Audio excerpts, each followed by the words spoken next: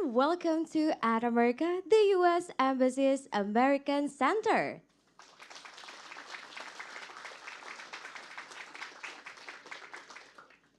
My name is Hasna Rohani. I'm one of the guests here in At America, and I am absolutely delighted to host this fantastic event this afternoon. Our audience members here at the studio and also everybody who is watching us online, a very, very warm welcome to Waves for Earth, exploring climate change, plastic pollution, and ocean science. The ocean is big. How big? So big that we haven't mapped more than 20% of it. Exploration used to be about men on a risky journey, wanting better understanding, returning to tell heroic tales. That has changed. Now, exploration is about data sharing. It's a whole new way of seeing, and urgent collaboration between nations is needed to preserve the Earth and its marine life. Therefore, today we're going to hear some insights from the high-level representatives that have already joined us here today. But before we begin, let us hear an opening remark from the Climate Officer of Econ in the U.S. Embassy, Jakarta. Please give a welcome to Jennifer Hangstenberg.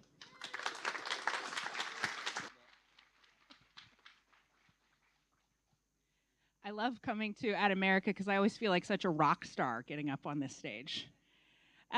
So thank you all for coming. As she said, my name is Jennifer Hangstenberg. I'm the climate officer at the U.S. Embassy. I was one of the first climate officers, actually, that the department put out in place, and they chose Indonesia as one of the first 3 places globally to put a climate officer. So good on them, right? Okay, let's see. They gave me a clicker and said if I point it anywhere. Oh, yeah, right on. There we go.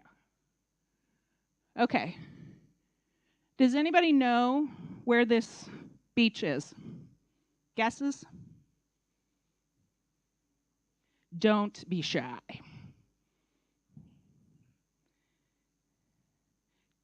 Okay, let's limit it. It's in Indonesia. Do you know what island in Indonesia? You don't get to guess. Come on. I see giggling. It looks like somebody has an idea over here. All right, you don't have to go far. It's Java. Java Island, right? Look at all this trash. The trash is so bad that it actually caught fire. All right, let's go to the next one. This is a river. Does anybody know where this river is? You guys are catching on. This is great. Yes. Does anybody know which river this is? I think I heard it. Yes, exactly. This is the infamous river it's West Java, yes? Yeah, I think so. They've actually done a documentary on how polluted this river is. What's interesting to me about this is you wouldn't know it was a river unless you saw the man in the boat, right?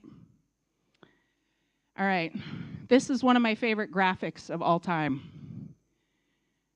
Let's look at the biggest polluters of plastic waste in the ocean. Philippines obviously has a lot of work to do, but right up there on this, by this data collected, Indonesia is number 4 in the world for the amount of plastic that goes into the ocean. Does anybody have any idea why that is? It's cheap, yes. Anything else? Waste management practices. Also, Indonesia has a little bit working against it in its geography. You have a very small landmass and a lot of ocean shoreline, right? So there's not a lot of places to put trash, and it usually will wind up floating out to the ocean, right? Yeah, all right. So to wrap up my thoughts here, I wanted to talk to you a little bit about the facts and what you can do. I'm a big proponent on taking individual action, right?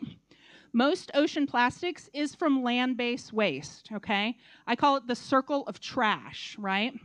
We buy a water bottle. Maybe you bought one out in Pacific Place today, right? You drink the water, You're carrying it around. Maybe you go get in a bus on the way. Maybe you're not thinking about it, right? But you're going to think about it after tonight. And you throw the bottle out the window. The bottle eventually gets swept up by the street sweepers. No one knows what to do with it. And so the trash gets thrown into the canals. Where do the canals go? The canals flow into the rivers and into the ocean. It goes out past the port and right on into the waterways. What happens to the plastic after it goes out into the ocean? I heard a little bit. Yep.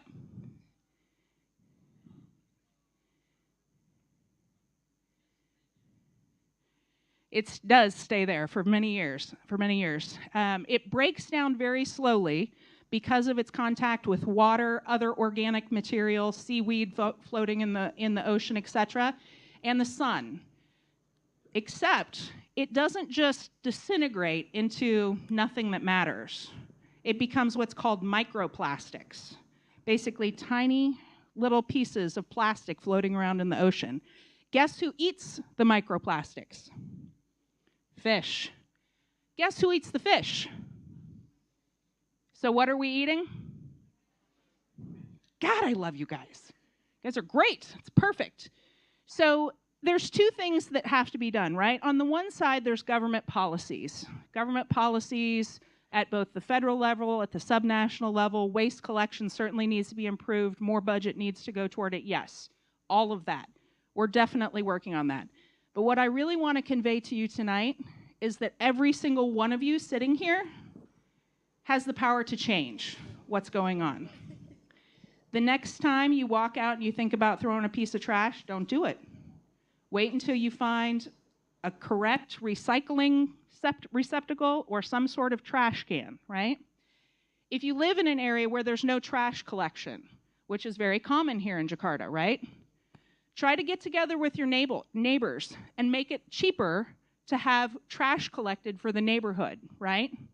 Try to recycle your trash, separate out your organics, separate out your plastics. Find creative ways to get involved.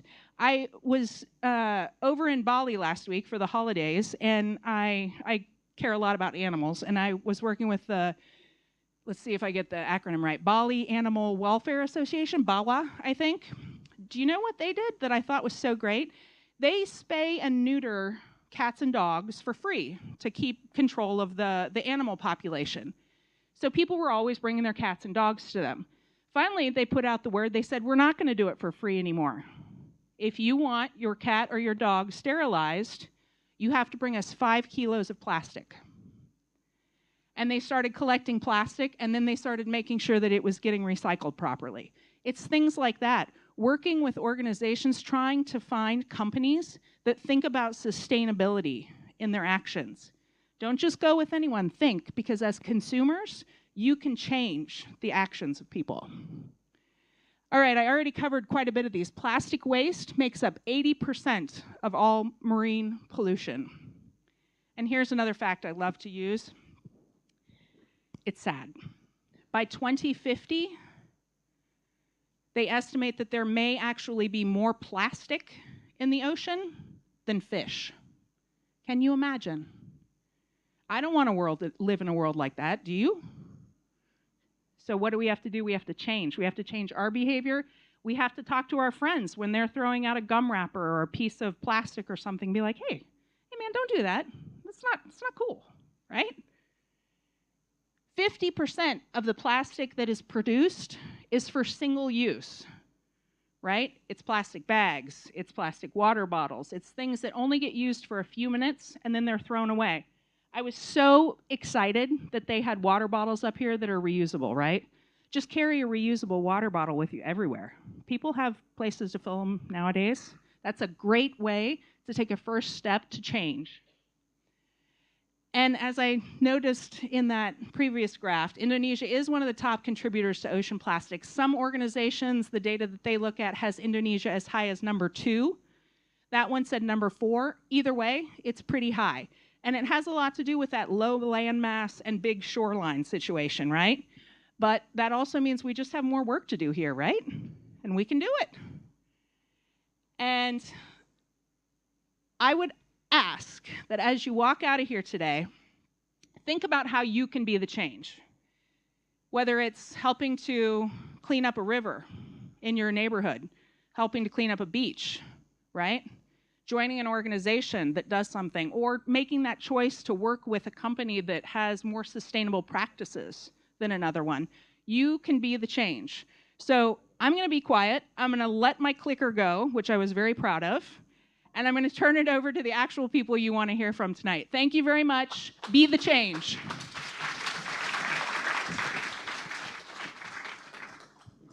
Thank you very much, Jennifer, for the wonderful opening remark.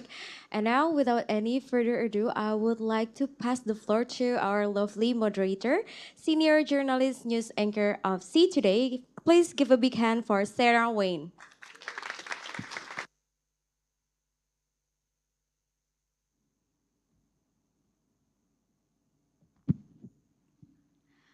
All right, good afternoon, everyone. How are you? Can I have a big round of applause before we start? Because as Jennifer has mentioned earlier, of course, you have pressed on all the issues, Jennifer. I will be very short on the introduction that it is a very, very urgent matter, especially as mentioned before, how Indonesia is one of the largest contributor of plastic. And since we are an archipelago country, and of course, many of us here love seafood, it comes very close to our personal lives as well, how this urgent matter, not only, we can't leave it up to the scientists, we can't leave it up to the government, but how can we actually make a change and be the change that we need to see? Not what we want to see, but we need to see, not only for us, but of course, the future generations and Earth. And this discussion is even far more special because it is also, in a few days, we will be commemorating, what day will we be commemorating? Well, now it's my turn to say, you can't answer this one, Jennifer.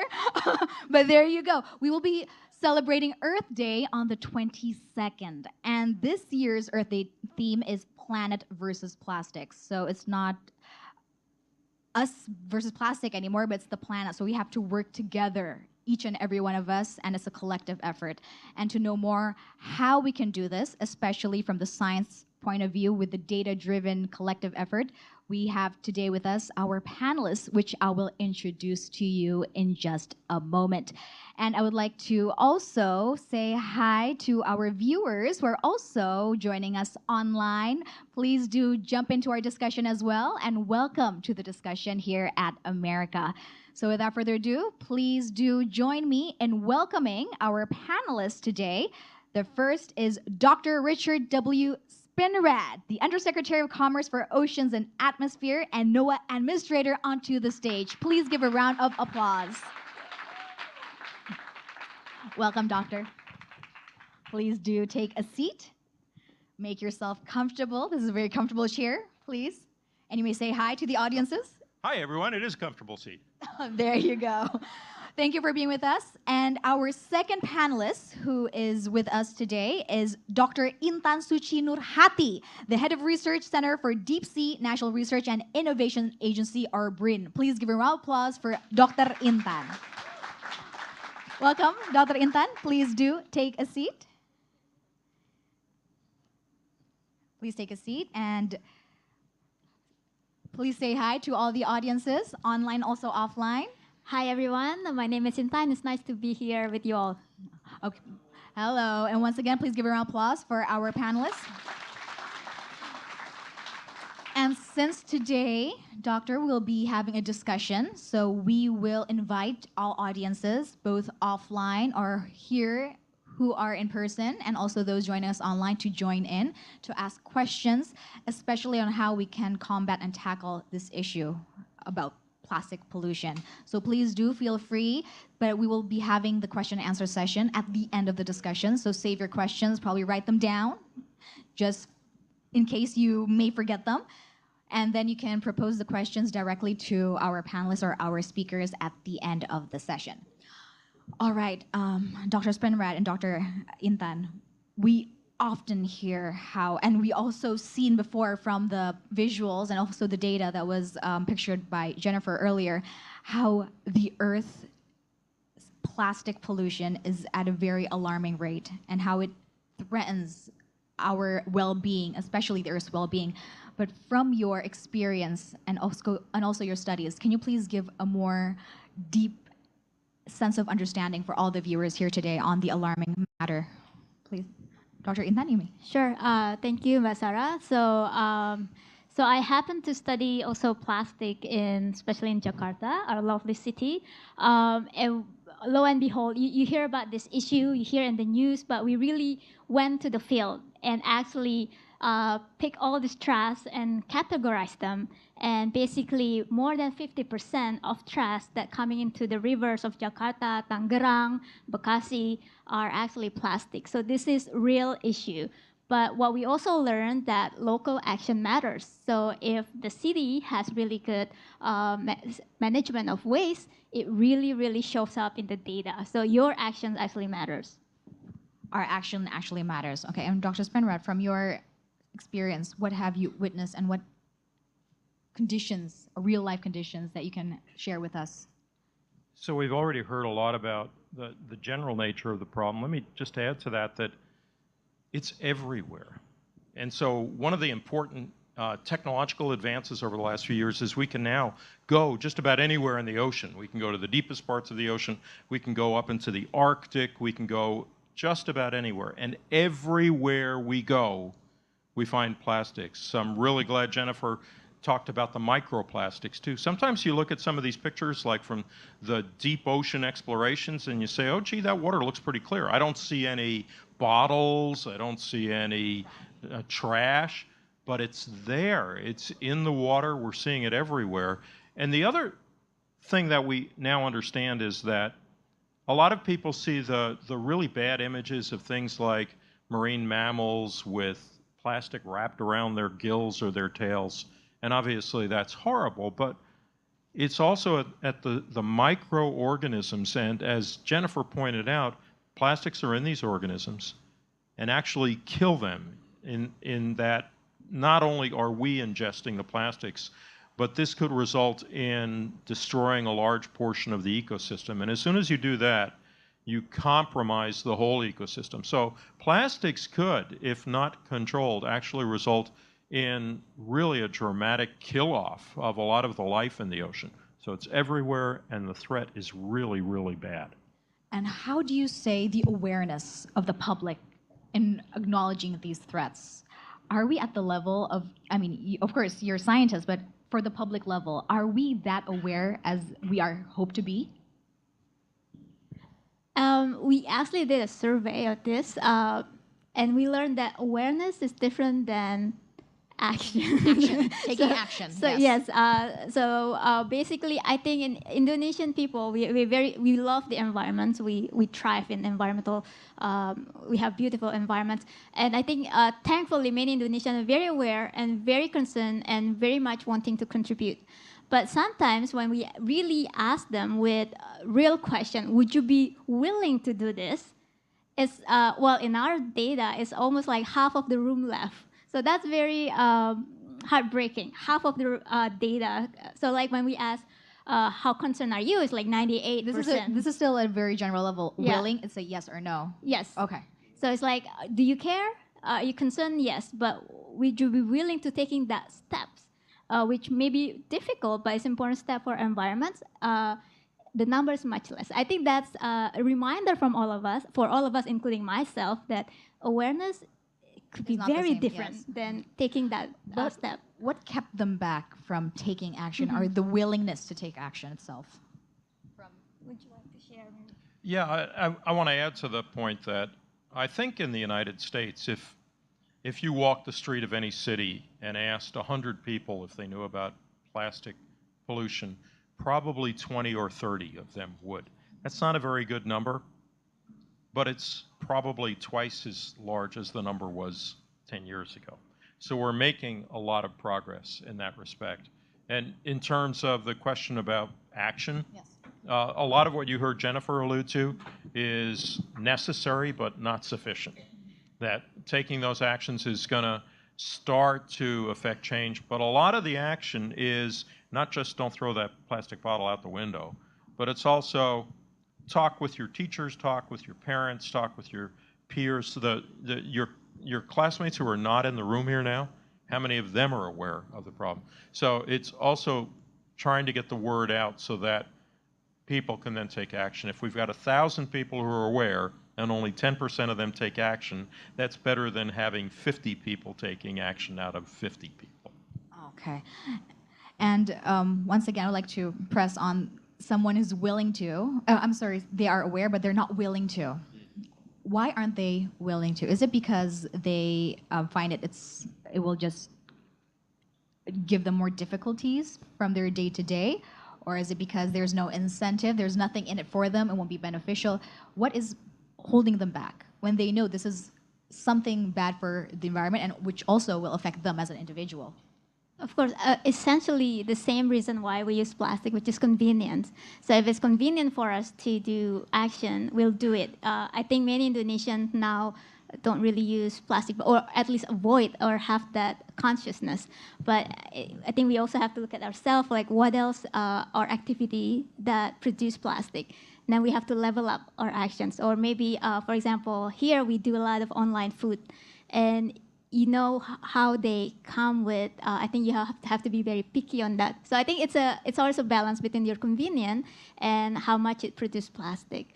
But also, it's not as simple as that. There's also government policies that needs to take into place, good business models, good new idea, new innovations. I think that will have to kick in. But what I meant is this: of course, as consumers, we would like to reduce our consumption of plastic.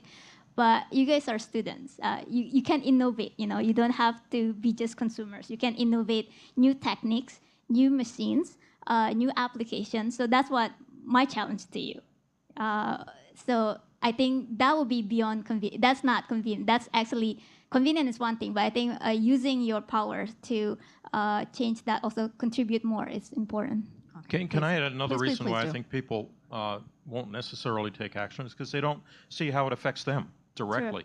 And so part of this is to demonstrate that if they don't take action, there's a good chance they won't be able to buy their favorite fish in the market, or they'll have to pay twice as much for it because there's not as much of it out there. So people need to feel it personally as well, and I think it's our job as knowledgeable scientists to make sure they understand what the consequences are to their lives and their livelihoods and their lifestyles. And speaking of taking the roles, each and every one of us taking the roles that we can give to the society to raise the awareness and, of course, make them take an action to tackle this issue. Can you please share with us from your respective organizations, from BRIN and also NOAA, how does the organizations contribute to the society, especially in tackling plastic pollution and also the understanding?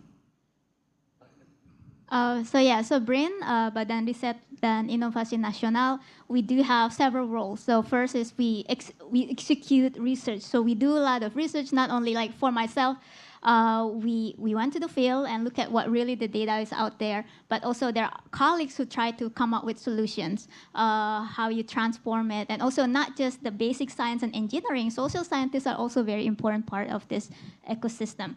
Another thing is, of course, to once we have the data, what we do with it, right? We're actually government, so we also have to also influence government policies. This is the data.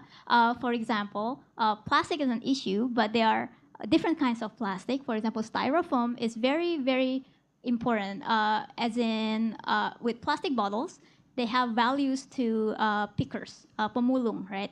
If you throw bottles, yes, it'll become waste, but it'll be value to pemulung, and they will pick it up and clean the environment. But if you use styrofoam, it's more difficult because they just degrade and it has no value. So we did this kind of studies and influenced the Jakarta governments to pay more attention to different kinds of plastics, and they can push for more strict regulation or awareness, at least, on how to be very more aware of which plastic you use. And from NOAA? So NOAA is very similar in many respects to BRIN. I like to say what NOAA does is environmental intelligence. So think about that. You can collect data, which is just a bunch of numbers. You can translate that into information. Oh, okay, so I've collected surface ocean temperature data. The information I get on that is that it's warmer over here than it is over there. but it's the intelligence. And what I mean by that is take the ocean data, figure out where it's warmer, and use that to say, based on that, I can predict that we're going to have a coral bleaching event over here next week. That's environmental intelligence that helps make decisions. So like Bryn, we do a lot of the research to understand, hey, how do you measure the ocean? How do you determine how much plastic is in the ocean? And then we develop, we call it the products, the forecasts, the predictions about how things are going to change from a week from now to things like sea level rise. What are we going to see in Jakarta in terms of sea level rise 20, 30, 40 years from now? And the really interesting thing, if I can add, is that the agencies, organizations like Bryn, like NOAA, we work closely together because, you know, you can't solve world problems just by looking in your neighborhood. And so we have to collaborate in collecting data and developing the environmental intelligence. Especially when we're speaking about the ocean, which connects our whole planet. And you've mentioned, you touched a little bit, Dr. Intan, about the government's policy as well. How can a government's policy be hand in hand with helping build an ecosystem which helps build a sustainable planet as well, especially in combating plastic? So the Indonesian government actually have put a very comprehensive roadmap and target looking into not just research is one thing, but really where is it coming from, how to reduce it, but also once it's out there in the environment, what can we do with it? So we have to think about, for example, you probably have heard this idea of converting plastic into fuel, although it's not very economically profitable, but at least it was an attempt to get rid of the plastic from our planet. Well, that was the solution then, and you've probably heard also a different kind of solution, basically how to transform and reuse plastic in something that's used for construction and so on. So if you look at the roadmap of Indonesian roadmaps, actually it's quite comprehensive, but also involving not just the government, but also the private sectors, which is very important part of this effort. And from your side, Dr. Spinrad. On the policy side, I think one of the most important things that government agencies can do is establish priorities. So if you think about it, we're talking about plastics, critical problem. Guess what? That's not the only problem in the ocean. And so we've got other problems like runoff from fertilizer. We've got problems with overfishing. We've got many, many problems. Somebody has to establish the policies that say that funds, government funds will be spent with a high priority to solve the plastics problem. So we work for federal governments that can say, at the top of the list is efforts to understand and do research on plastics. That's more important than some of these other things. All right. And then talking about day-to-day use of plastic, if we press on the issue, as you mentioned before, that when it comes near to our lives, we tend to care more about the issue. But many of us probably, of course, using plastic becomes a habit, which we cannot, as you mentioned before, we do not realize how much plastic there are right around us. How can we actually ensure that we can change a habit of a certain individual or a certain community? What is the trick behind it? Are there any magic solution to that? Because many people say, oh, it's a very difficult thing to change a habit which has gone throughout the years. So I think Jennifer answered that wonderfully. Reward good behavior. Through incentives, solely on incentives? So the Bali example that you cited, it was basically saying, we will reward this behavior. You can get something that you want by helping us with this problem. Basically, you can do it with a carrot or a stick, as we say, right? You can reward good behavior, or you can also impose large taxes. And some governments are doing that. They're saying, if you use plastics, you will pay a higher premium for doing that. So I think it's behavioral patterns, and I think that there's financial incentives, both for good behavior and against, if you will, bad behavior. All right. And for Dr. Intan, how do you see this reward system here in Indonesia? Because as probably most of us have known before, there have been a few applications which try to reward those who would like to recycle. Yes, well, we've heard about like bank sampah and all these things that we can do digitally that makes it easier to throw or have our trash pickup. So this is actually a very, very nice idea and really perfect for places like Jakarta. We're so digital people. We get our things digitally. But I think it's also, like I mentioned, this is not just a problem from scientific point of view. It's not just environmental scientists or engineering. Apps is, well, engineering, but I think there's a lot of opportunity for business model to be developed. So we know there's still some, it's a good idea, but sometimes good ideas still have issues. So I think that's a good challenge for us to pick up your smart brain. What's still missing? Why is still not working massively? So think about it. I'm sure the solutions are there, but we haven't really maybe we need more brains. We need to talk more and discuss what's the lesson learned, and because it definitely has a potential in Jakarta. We need more brains and more fresh solutions, Yes. especially from the youth. And since the youth are here, from your perspectives and also your experience, how do you see the youth, especially their communities, how their, let's say, the drive they make on an individual basis help with tackling the solution so far? From Dr. Spinrad? So I've got to say, one of the things I do as a U.S. government representative is I go to a lot of large intergovernmental meetings. So there's an annual United Nations meeting on climate and climate change. We call it the COP, the Conference of Parties. And I've been going to COPs for several years, and what I've seen there is youth engagement has become a critical component of the discussions in that forum, which is a very important forum. Why? Why is there now more acceptance of youth engagement?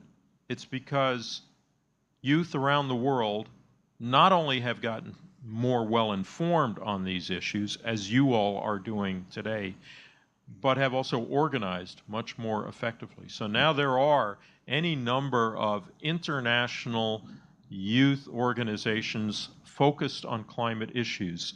And I would say to this audience here and online, if you're not involved with one of those kinds of organizations, look into it, because they've been very effective in changing global policy on any number of climate issues.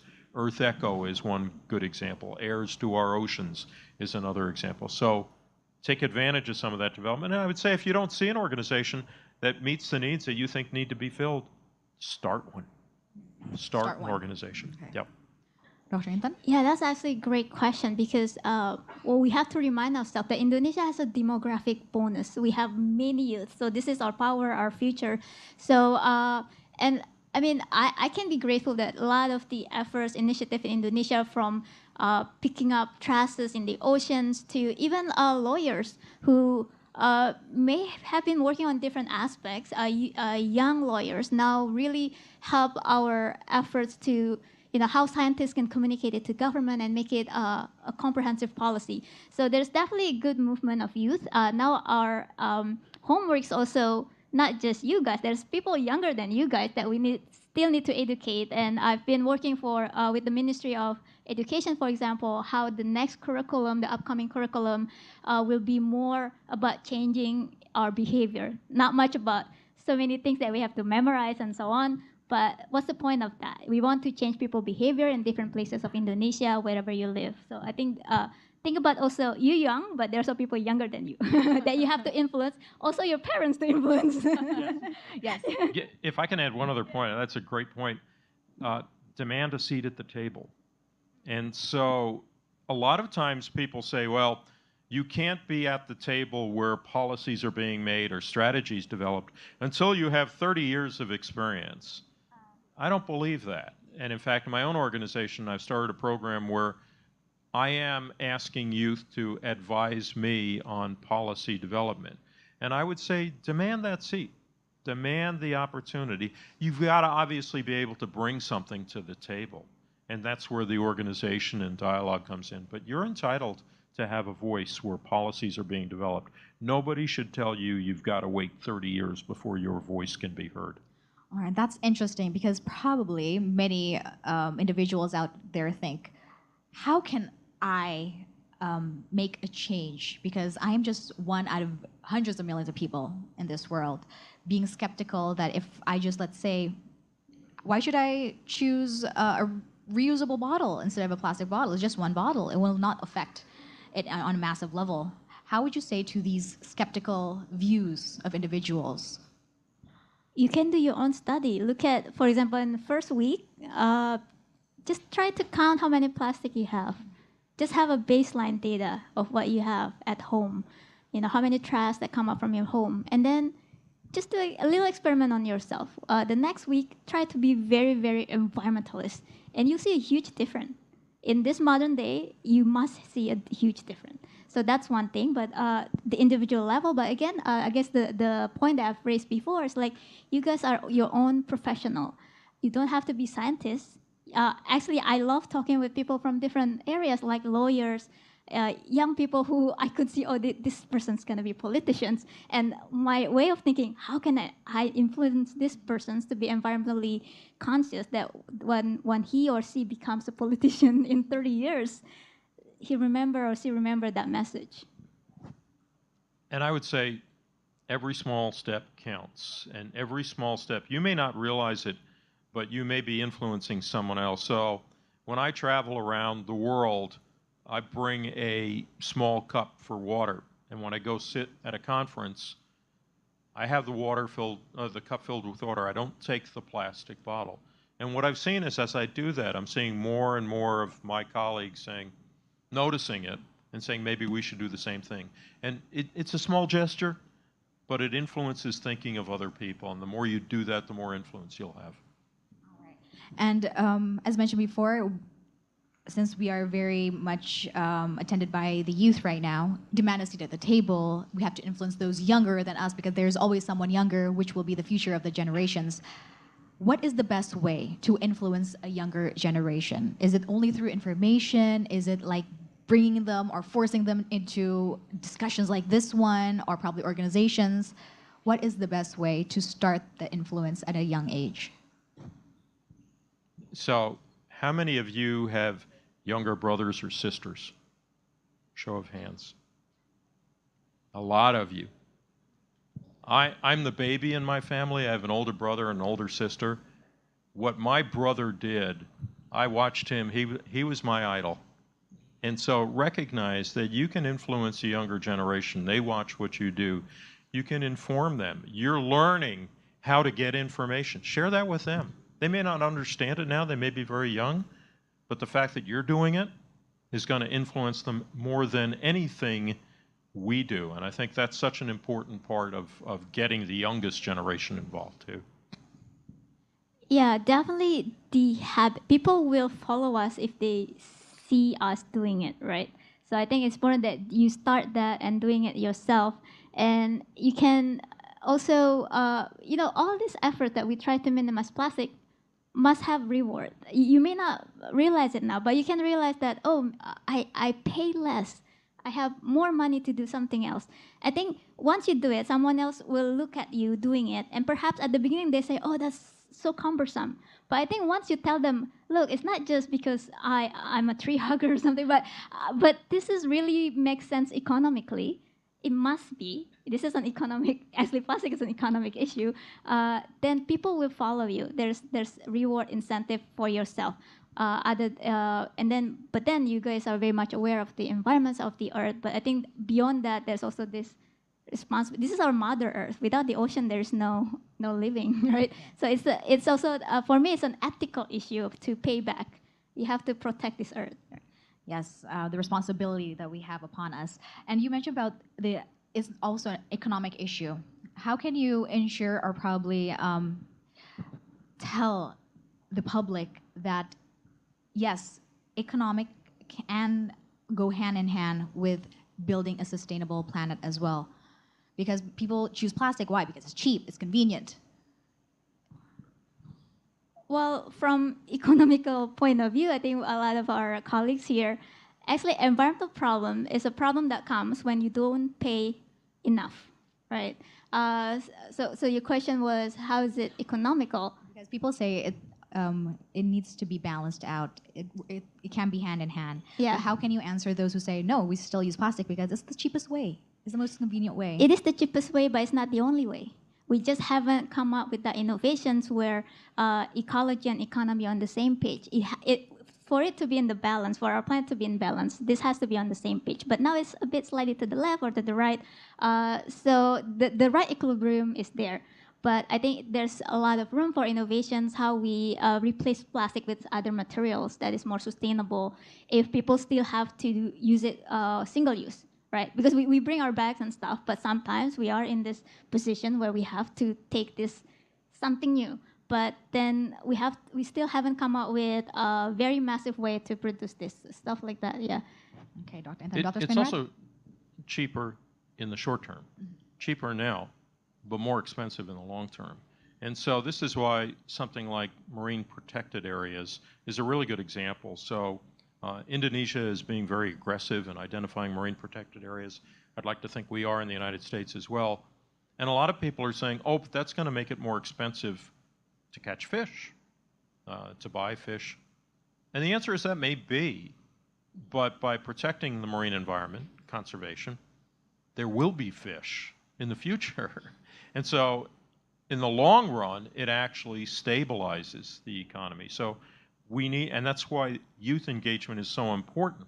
A lot of these solutions that we're talking about are most relevant over 40, 50, 60 years. And so consequently, can't speak for you, but I don't expect to be here in 40 years. But I want to make sure that what I do now is going to ensure that stability in 40 or 50 years. Maybe it can add to that effects and long terms. For example, a lot of environmental issues we realize and we stop when we realize about the health problem. Keeping ourselves healthy is actually very, very can be very expensive, right? So a lot of the environmental issue we realize, oh, this is very bad for people's health, and I think on the government level they realize the cost of health that they need to put is actually very expensive. It's just you don't see it right away. You're right. That's a very good point. And as mentioned earlier by Jennifer, in 2050, it is said that it is predicted if we don't do anything right now on the issue, there will be more plastic than fish. Are there any other facts that we need to be aware of if we don't take action for everyone here and probably those in the online audience be willing to take action right now at this very second? On the plastics issue specifically? Yes. Yeah, so I would say the other problem is that we will lose biodiversity. So the health of the ocean in part is defined by how many healthy species are out there in the ocean. And if we start losing some part of the ecosystem and more species go extinct because they just can't survive, that's going to dramatically change the structure of the ocean, the economics associated with it. So the amount of plastics is one concern. What it does to the ecosystem is another concern. Okay, thank you, Doctor. And Dr. Intan? Yeah, related to that, actually Dr. Spinrad mentioned it about the deep sea. Many of us, or almost all of us, haven't been to the deep sea. So deep sea is like ocean deeper than 200 meters. So this is very deep. But what we learn in the deep sea, places that we probably don't get a chance to go, we find plastic, we find microplastic. My colleagues actually just released a study that looking at microplastic in deep sea of Indonesia, because a lot of the pictures you see are coastal with fishermen. This is places that you go, places that you impact. But deep sea is places that you don't go, but places that you impact. Even in a depth of 1,000 meters, we'll find plastic bottles. So think about that. We're just small people, but we haven't been to deep sea, but how far our impacts actually reach the corners of the earth. Okay, we have to keep that in mind always when we make decisions and also when we, let's say, visit any place or conduct our daily lives. All right, we will be having a question and answer session. Are there anyone in the audience who would like to ask a question? We have one right here. Okay, we have two. Probably take 3 questions first. Okay, doctor? And then please do state your name and also your institution. But for those joining us online, don't forget, you can still join the discussion by typing down your question and to whom the question is addressed to. For those of you joining us on any social media platform of Ad America, whether it's X, Facebook, YouTube, Instagram, please do so. Join in the discussion, especially to know more on how we can make a change, of course, for the better future of our planet and combating plastic pollution. Okay, so we have the microphone ready to one of the audience. Which one? Please raise your hand again. Okay, we can have one right here. Please do stand up and introduce yourself. Okay, thank you so much for the opportunity, Miss Sarah. My name is Khairunisa. I'm from IB University from class 2020. I'm sorry if I'm wearing a face mask because I'm feeling unwell right now. So my question would be, how NOAA and Indonesian government handle countries, especially for NOAA, how to handle countries that have different level of priorities or commitment to plastic pollution or SDGs relating to that. Maybe especially Indonesia. I think seeing from the recent news, Indonesia, I think, are more focused on issues like increasing human resources value or like local business growth. So I think based on that news, I think Indonesia is not focused on pollution. So I think it's one of the reasons why Indonesian public are not fully aware enough to take actions, because the media and the government always give the spotlight to other issues. So how does NOAA and maybe Indonesian government and Research Innovation Agency handle this issue to make the public be aware enough to take action? Thank you. All right, thank you. Please give her applause for Hairunisa. I think we can answer that directly. How can NOAA and also BRIN work together with governments, especially regarding the Indonesian government on their levels of commitment to the issue? That's a wonderful question. Thank you. And part of the answer is the reason that I'm here. The solution is going to start with agreement between our government agencies on how to get the most effective research done. So there's expertise in Indonesia, there's expertise in the United States. How do we combine that to get a better answer? So I would say being able to go back to our respective citizens of our country and say, we are leveraging the work in Indonesia, or Indonesia can talk about leveraging the work in the United States to help solve the problem. The other part of it too, and it goes back to Jennifer's, I don't know, you call it a pie chart or a garbage chart, whatever you call that. And when I look at that, if you notice, the United States was not specifically mentioned. But my point is, once the garbage, the plastic, is out in the ocean, it doesn't care where it is in the ocean. And so every bit of plastic pollution that was in that pie chart could end up being a serious problem in U.S. coastal waters. And so having cooperation between the different agencies is critical to understand how what's being done here in Indonesia is going to affect us in the United States and vice versa. The other thing I'll add is there are a number of international organizations, intergovernmental organizations that help develop policies. The United Nations has a variety of those. The more different nations can come in together and say to an organization like the Intergovernmental Oceanographic Commission that plastics are a problem, the more that will be elevated across the globe. And so right now, based on the meetings I had today, I can comfortably go into the Intergovernmental Oceanographic Commission and say that Indonesia and the United States both care a lot about this problem. Let's elevate it. So it's both the bilateral relationship, taking advantage of each other's expertise, and these large multinational entities that allow us to elevate the problem to its appropriate level of attention. Okay, thank you, Dr. Spinrad. And from Dr. Ina, would you like to add anything, especially on how the media conveys the messages on the urgency of the matter to the public here in Indonesia? It's about the media. And also, of course, the government as well. Yes. So I think there's a lot of people chipping in, contributing to raising the awareness. We can always do more of that. But I think related to that's really great answers. We can't work alone. We learn from each other's technology, each other's policy, and usually on the international level, not just on bilateral level, we come together. We raise the issue. We understand the issue, and then we usually come up with a self-commitment, a self-meaning that's something that we can bring home and then tell our government that, hey, we need to do something more serious about this. Can we change our regulation at home so that we can contribute internationally? So that's usually the process that takes in the United Nations as well. All right. Thank you, Hairunisa, for the question. And we will continue to our next audience. Please, another raise of hand. Can you please give the one right in the middle? I think he raised his hand for right here. Yes. Oh, there's another microphone at the back. Please do state your name. Okay, my name is Fauzan Kaisra. Thank you for opportunity. I am from IPB University.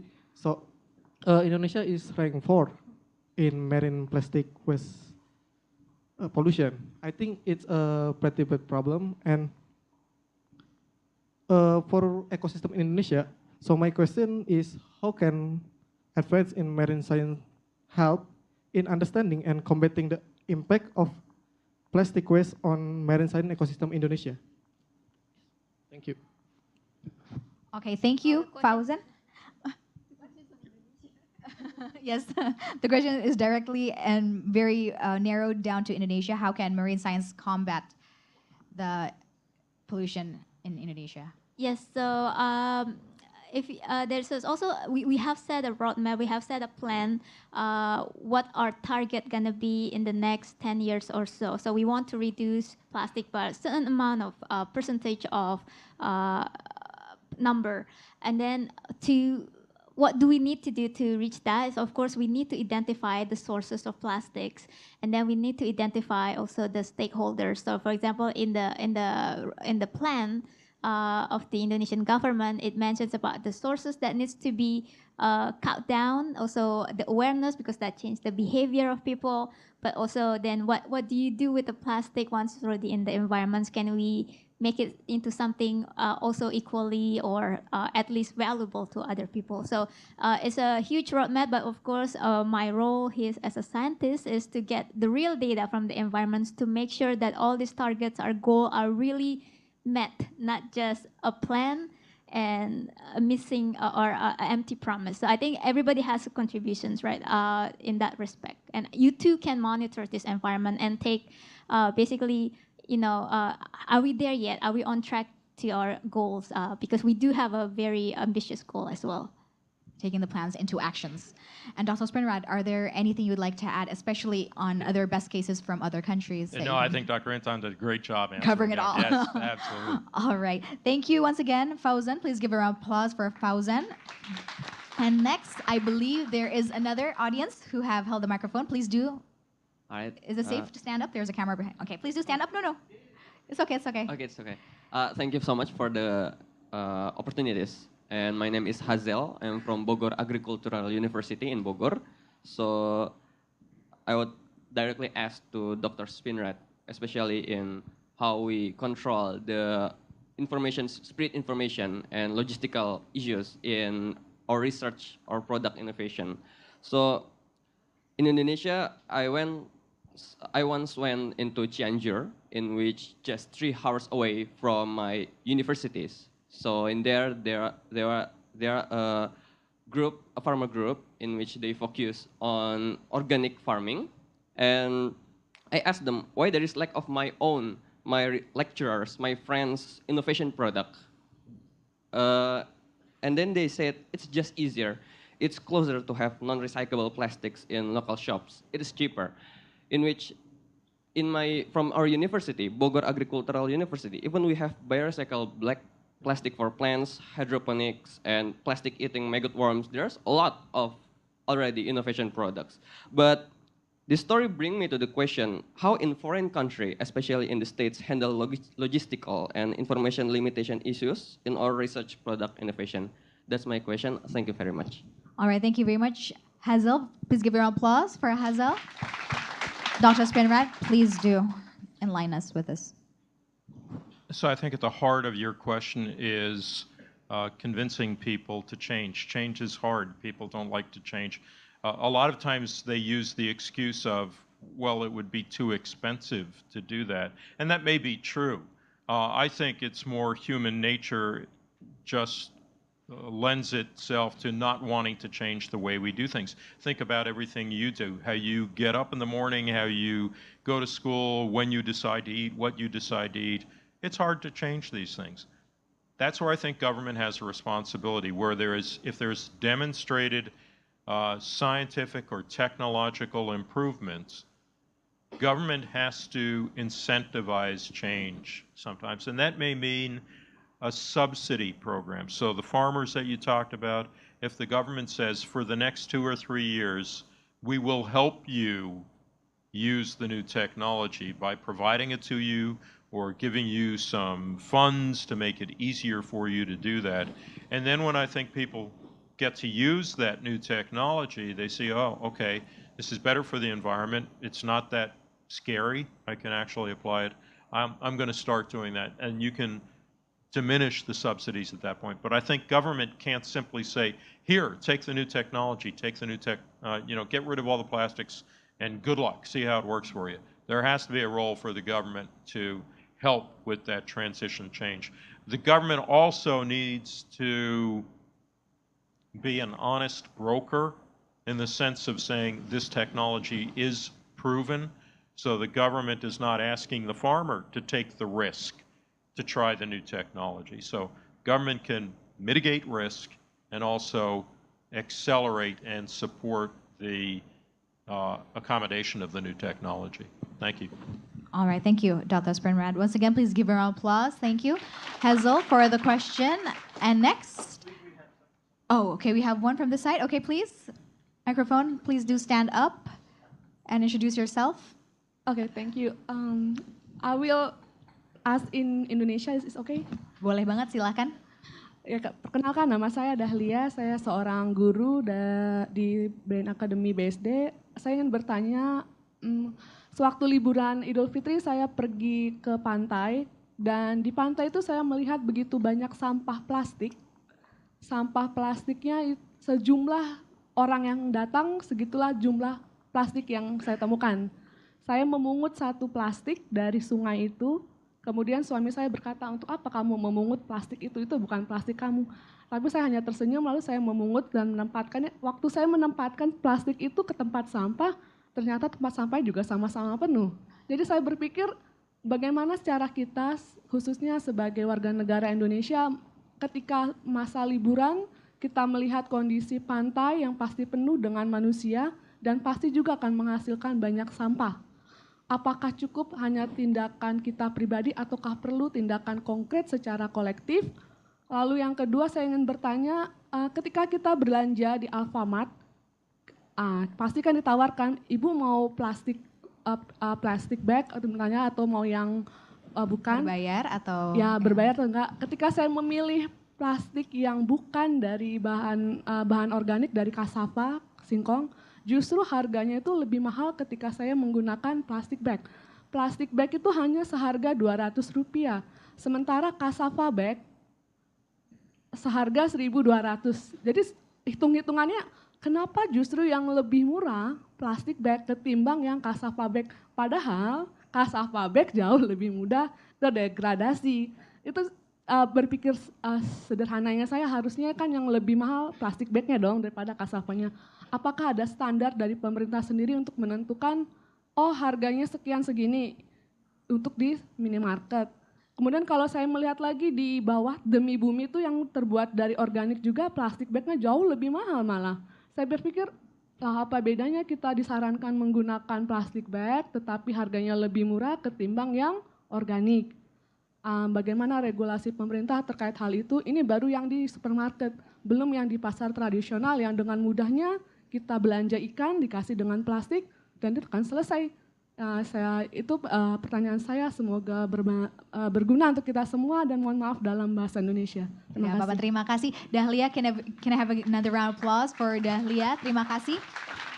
So probably I would like to translate a bit of the That was a long question. Yes, because there was a story to that question because we have just concluded our Idul Fitri holidays, and then Dahlia visited the beach, and then she told how when she went to the beach, there were so many trashes or plastic waste on the beach, almost as many or as much as the people who are visiting the beach, and then she started to pick up the trash. She wanted to, she felt responsible as a visitor of the beach. She picked up a trash of another visitor, and then her husband asked, someone close to her, someone close to Dahlia, asked her, why are you picking up trash that is not yours, that you did not throw away? And then when she tried to throw it away inside a trash can, the trash can's already full as well. So that's another problem. So that's what she would like to ask is it important that we have to start only by ourselves, or is it more important for a collective effort to start the change that we want to see? That's the first question. And the second one is regarding biodegradable biodegradable bags. For example, there are ones made from cassava that is which we can buy, but which is which is more expensive than regular plastic bags. So she asked, how can the governments help, or what regulations are, should there be regulations to help tackle this issue as well, because it's more environmental friendly, which can be biodegradable compared to plastics. Who would like to answer first? Maybe Dr. Intan, please, or Dr. Spinrad? Dr. Intan? I'll answer the first one. You want to go for the second one? On the first one, I don't think it's either or. I think what you did was exactly the right thing to do, and thank you for doing that. One of the things that we've had some success with in the United States is using a program we call Sea Grant, which is through all of our coastal states. It's basically scientists in the communities who help with ocean issues, and our Sea Grant organization has started regular beach cleanups where people go out to the beach and do exactly what you did. Personally, I don't think they're making a lot of difference in terms of the total amount of plastics in the ocean, but what they're doing is they're getting larger and larger groups of people aware of the fact that there's a lot of plastic out there and we all have to contribute to the solution. But it's going to start with brave individuals like yourself who are demonstrating what can be done at an individual level. All right, thank you, Dr. Spinrad. And Dr. Intan? Yes, so in terms of the bags, it's very classical issue. Usually, a new product that is not produced massively tends to be more expensive. But if that product is more beneficial to the environment, usually this is the role of governments to step in to provide subsidy and so on. But for me, in terms of if the choice are plastic, normal plastic, which costs and cheap, it has a cost, but it's cheap. And then cassava plastic, it has a cost, it's more expensive. Might as well bring something that is free for me and free for the environment, which is something that I already have at home. I think people tend to think about the price that we pay in money now in terms of the price that we pay 40 years later that a doctor has mentioned. I think that's something, yeah. So even a small thing, you can bring your Tupperware, even if you just want to buy rice or at the warung and so on. It's free for the environment, it's free for me. It's the best option. Shifting our mindset. Yes. And that's very interesting as well, because to grow our love and of course our willingness to do something for the earth, it can actually start from visiting places, for example, the beach, and probably many of my friends say going diving and seeing how the marine life has degraded over the years, and it's because of what we do as humans. So I think it's the best way as well, not to only read information, but to go there to the sites. Would you agree? Yeah. All right, we still have time for other questions. Okay. Yang angkat tangan duluan siapa? Who raised their hands first? Okay. Okay, thank you for the opportunity. I'm Zara from Meteorology, Climatology, and Geophysics Academic. So I want to make it simple, because I always imagine it if the spread of plastic pollution is successfully stopped, then what will happen to the ocean, which is already polluted? Is there a solution to solve it? And I'm also curious about what is the current progress in preventing the spread of plastic pollution? Is it getting better from the previous year? Maybe just that. Thank you. All right, please give your applause for Zara. Zara, thank you for your question. There are 2 points, which is what is the solution to an ocean that is already polluted by plastic, and how are the efforts, the progress of the efforts that have been taken so far? Dr. Intan? Well, at this right now, it's still a growing issue. It hasn't stopped, but that's why I think on the international levels, I think the UN also tried to make country be more committed to reducing plastic. But so that's on the input aspect. But of course, once already in the environment, then the logical answer to it is to remove or clean up.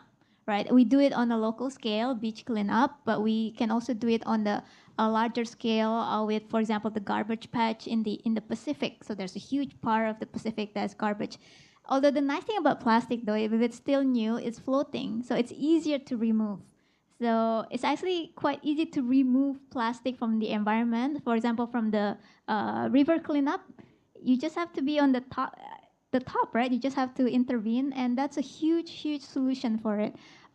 And we've seen both in the U.S. and Indonesia a very successful cleanup for different kind of environmental problem. Maybe you can, if you want to add. I mean, we do have many success stories as well in our human history.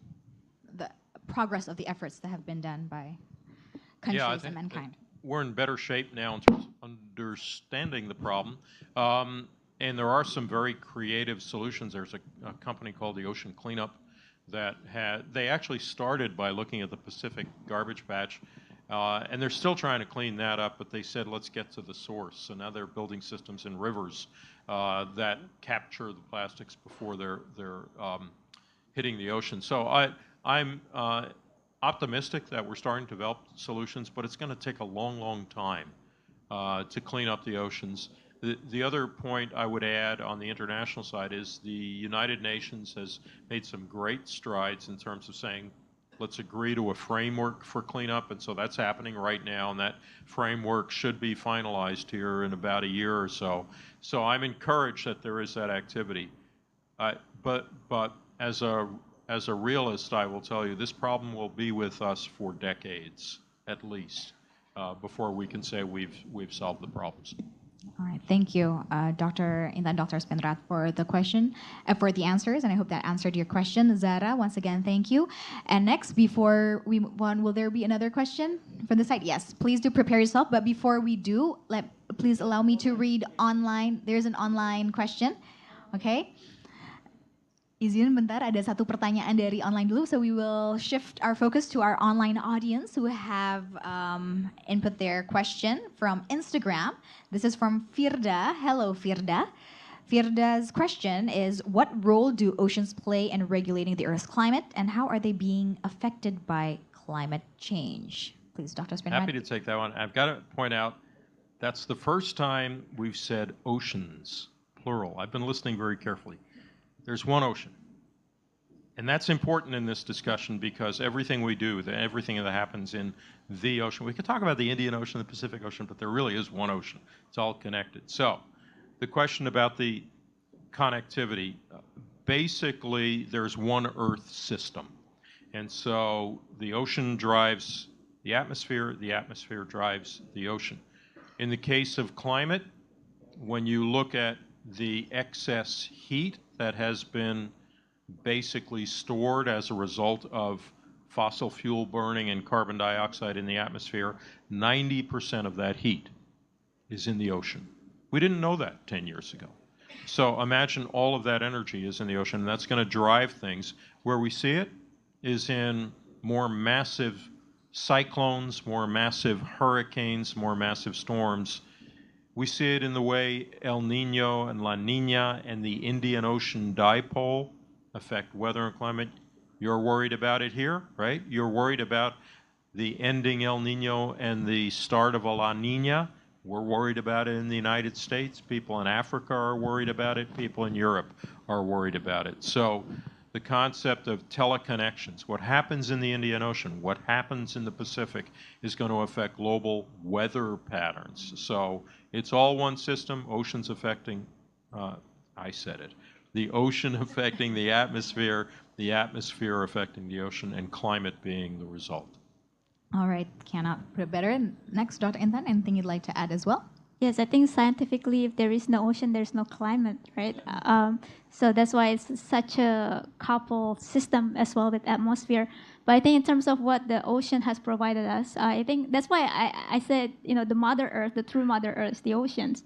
Because if you look at the evolutions of the Earth, where we get, the Earth that used to not have a lot of oxygen for us to breathe and for organisms to live. And those oxygen start in the ocean. So it gives you this first breath. That's mother, like when you come out from your mother's stomach. And there's another, in terms of impact, I think we hear about warming, and there's this big issue with ocean acidifications. So what happened is when the CO2 in the atmosphere is not just warming our planet, because it's like making our blanket of the planet thicker, but it's also being absorbed by the ocean, by our mother. It's like, for me, it's like when you make a mistake, your mother still, but that's okay. Maybe you make a mistake this time. But if you think about it, the logic, the ocean absorbs the carbon dioxide and it becomes acidic and it's hurting the oceans. It's like, for me, that's very beautiful. Like, you give me life in this planet, and then I made a mistake, you still protect me, although you're hurting. That's why I think it's a very ethical issue in terms of protecting the ocean. It's like, it's that close to us, the connections. So we should talk about Mother Ocean. Mother Ocean, not Mother Earth. Yes, Mother Ocean. All right. Thank you very much once again for the answers, and thank you, Firda, for the question. And now we will move back to our audience who is here in person. Please introduce yourself. Mohon izin untuk bertanya dalam bahasa Indonesia. Silakan. Ya. Mohon izin memperkenalkan diri, nama saya Daniela dari Sekolah Tinggi Meteorologi, Klimatologi, dan Geofisika. Di sini saya ingin bertanya kepada Dr. Intan, seperti yang sudah dijelaskan tadi oleh Dr. Richard, bahwa perubahan itu bisa kita mulai dari diri kita sendiri, dan juga kita bisa mempengaruhi sekitar kita, contohnya keluarga terdekat kita, atau bahkan adik-adik kecil kita yang ada di rumah. Nah, pertanyaan saya sebenarnya sederhana, ketika saya pergi ke tempat wisata atau ke taman contohnya, itu kebanyakan di situ banyak terdapat sampah plastik, dan juga di laut juga banyak sampah plastik, khususnya sampah plastik botol minuman. Nah, bagaimana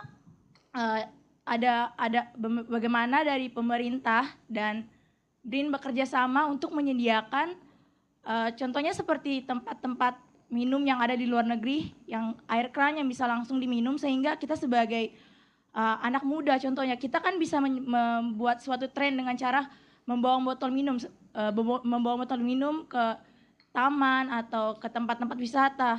Bagaimana kita bisa melakukan semua itu jika dari pemerintah sendiri atau dari tempat wisata tersebut tidak menyediakan tempat minum tersebut, sehingga yang pengen kita bawa seperti botol plastik, seperti Tupperware atau tempat minum itu ujung-ujungnya tidak akan berguna, dan ujung-ujungnya di tempat-tempat wisata, di taman-taman tuh membludak dengan sampah plastik, contohnya sampah plastik botol minuman.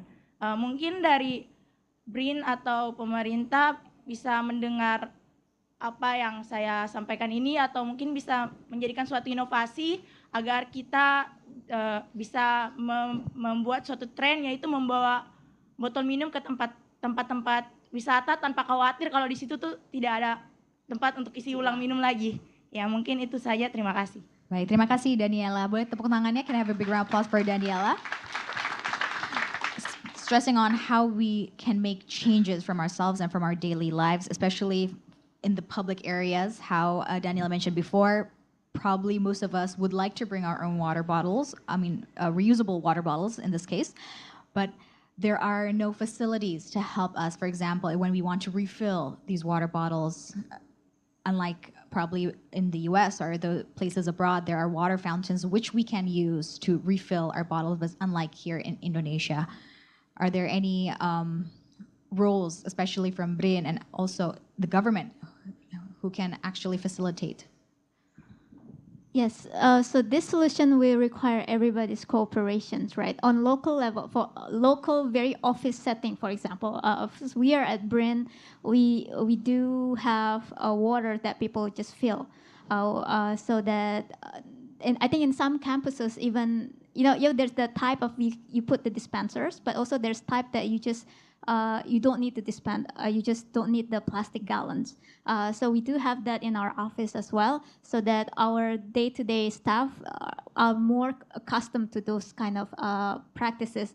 But I think your setting, your story is also important. That for that kind of setting, I think that so my point is, you can also ask your university or your school to do the same, to have that in your campus. I think that make a huge difference. That's a very good idea. But I think it's also important that to have it in public spaces, and I think that will require cooperation for local government, because we don't have jurisdictions for that. We can encourage them based on data, so it's a science-based policy. But I think that's a good push. I think you can do it in all the places or your hometown to push the local government, because in the end of the day, it's always the local solutions that really kicks in, and very important. And start from the smallest community, and we can go up onwards from there. All right, Dr. Spinrad, would you like? Okay, we've got that covered. Thank you once again to Daniela for the question. And next, we will move on. Are there any questions from? Let's move on to this side once again. Please give a microphone. Okay, we have a few questions up there for the. Yes, the gentleman with the blazer, please. My name is Nebraska. I'm from Universitas Kristen Indonesia, Indonesian Christian University. I want to ask about, what do you think? Because this is what's really happening in this state. Well, this is the first one. I was once stayed in the place named Marunda. It's what we call ujungnya Jakarta, yeah, Jakarta Utara, North Jakarta. There is a lot of pollution on the ocean. Besides plastic, matter of fact, plastic is much more less pollution in North Jakarta, especially Marunda, dibandingkan daerah-daerah lainnya di Jakarta, in Jakarta. Nah, this is what's really happening.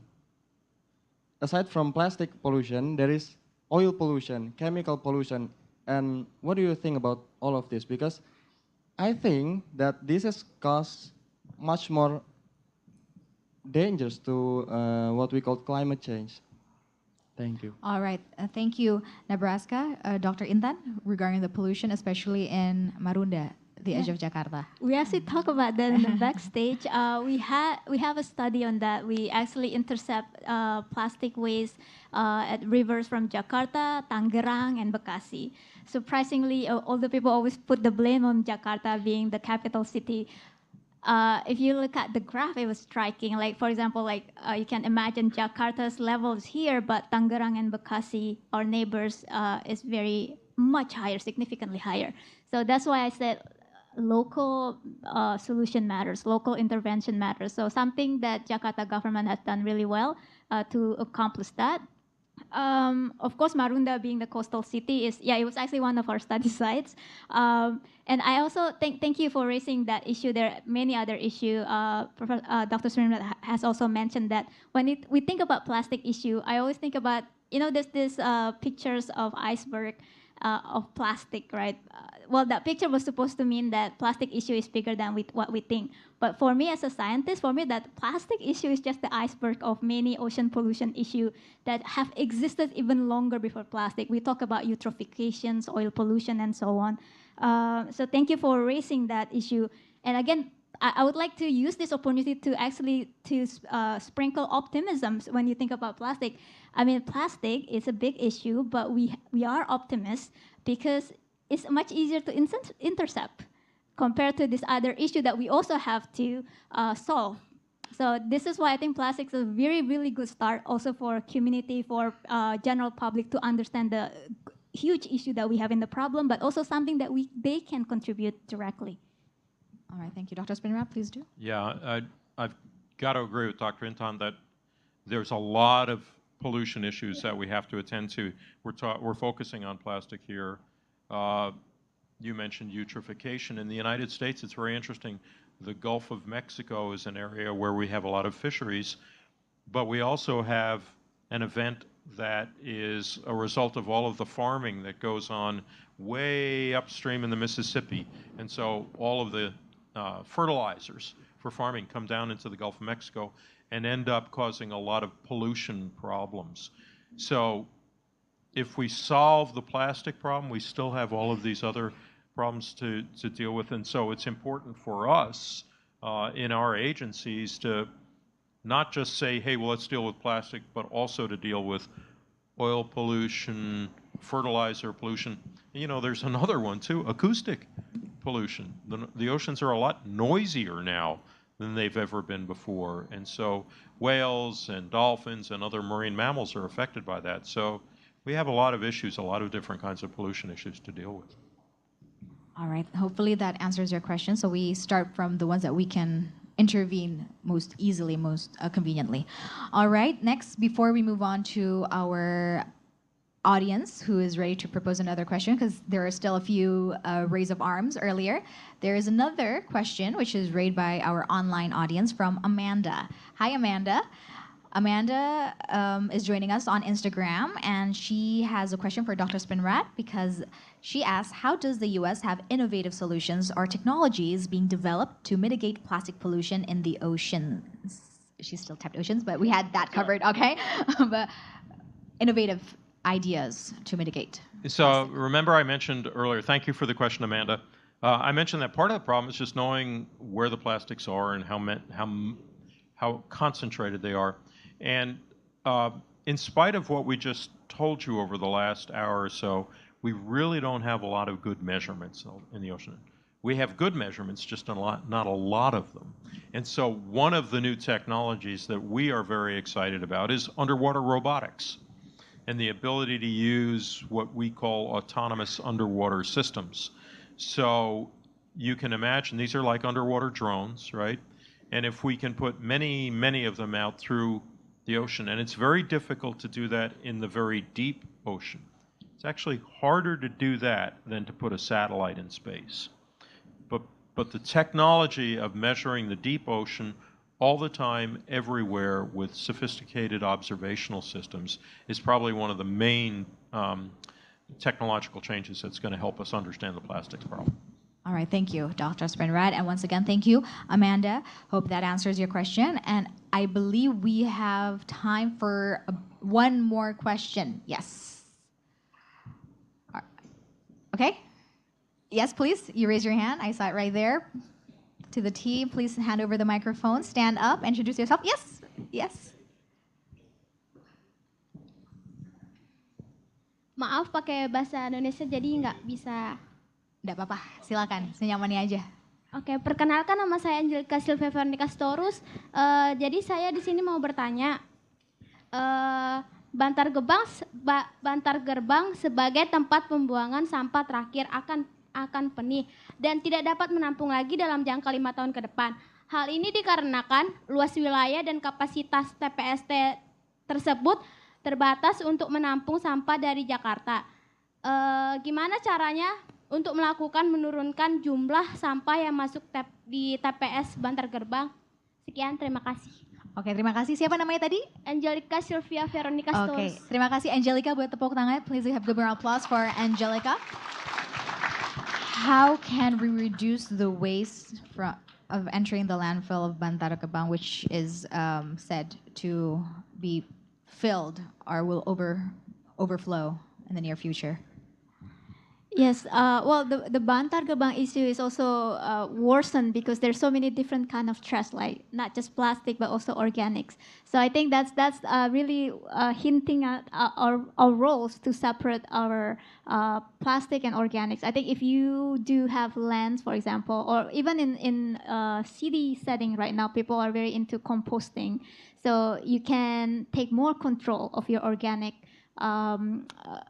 waste, and you can make it you can grow plants out of it and so on. So then things that you produce, waste that you produce are less, and well, Bantar Gebang is filled because us, right? So the solution is we are the solution. So we just lessen our trash and see which trash we can reuse. So that's for organic. I do like to pick my organics and give it to my plants, for example. Even things like eggs, right? Egg shells, actually very good for plants. You can also reuse that. And also for plastic, I think not all plastic, I mean, some plastic, yes, is one-use thing, but I think for bubble wraps, for example, I like collecting bubble wraps because then I can use it for my field work. I need to secure my sample. So think about these plastics, different kind of plastic you can think about reusing. My sister, for example, start making decorations in our homes from our plastic. So stuff like that. You can be very creative. Getting creative. And Dr. Spinrad, anything else to add? How to turn from being the problem to becoming the solution? Don't burn it. There you go. Do not burn it. Yeah.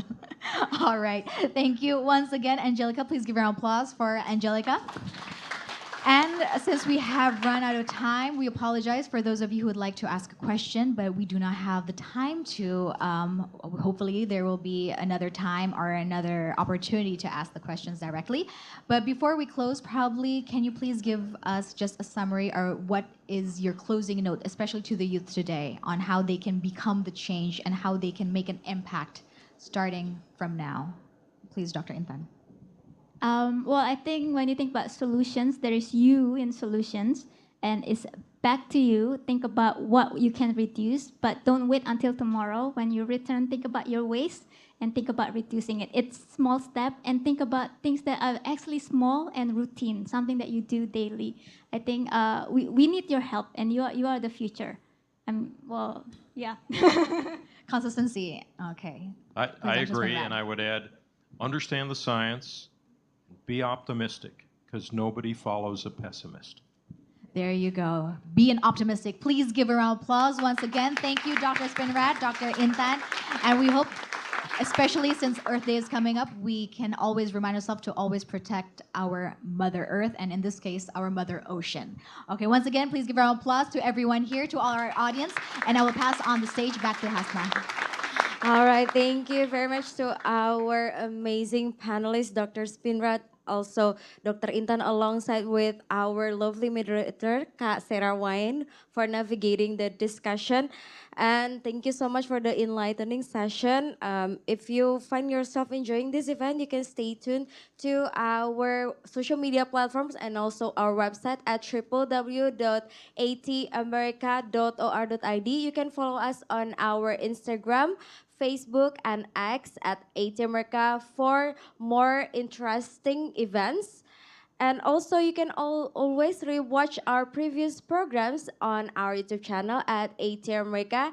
And let's take part and also create more stronger collaboration and also cooperation in accelerating climate change actions. With that, thank you so much again, everyone, for joining us today. My name is Hasna. See you on the next ATAmerica event. Bye-bye, everybody.